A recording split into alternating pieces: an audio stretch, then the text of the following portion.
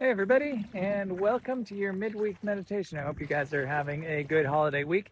Today, I just wanted to focus on one that rang true through a couple of creators I was talking to this week and one of my own personal trades, and that's look before you leap. And what I mean by that is to make informed decisions in your trades, not anything that acts on emotions, or even if you are acting on information, make sure you have all of the pieces of the puzzle together.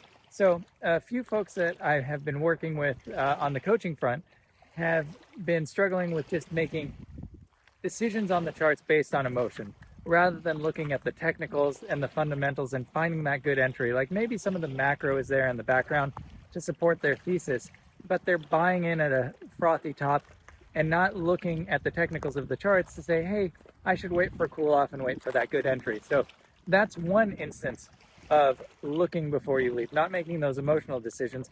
And then for me this week, as we had that pullback on Tesla, where Elon was tweeting again about the big beautiful bill, the stock dropped, and I got into a leveraged long ETF with some call options that were on a shorter expiry. And those ended up paying off today. They were up massively just in one day's time. But the ETF had such low trading volume that when I was trying to sell them, I just ate it on the spread. And so I actually had to call up Jacob, and because he has a Schwab account with their Sink or Swim platform, so he can see more of what's happening with the volume in the back end. And there were only like 400 open options contracts, so I was literally 25% of the volume and had a hard time getting a fill.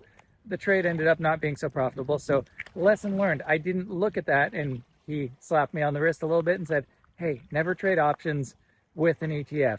Always go with the underlying asset that has the volume so you can get your fills and you don't eat it on the spread. So look before you leap. It will help you massively in your trading to maximize gains and minimize those losses. And I hope you guys have a lovely Independence Day and July 4th holiday. Bye for now.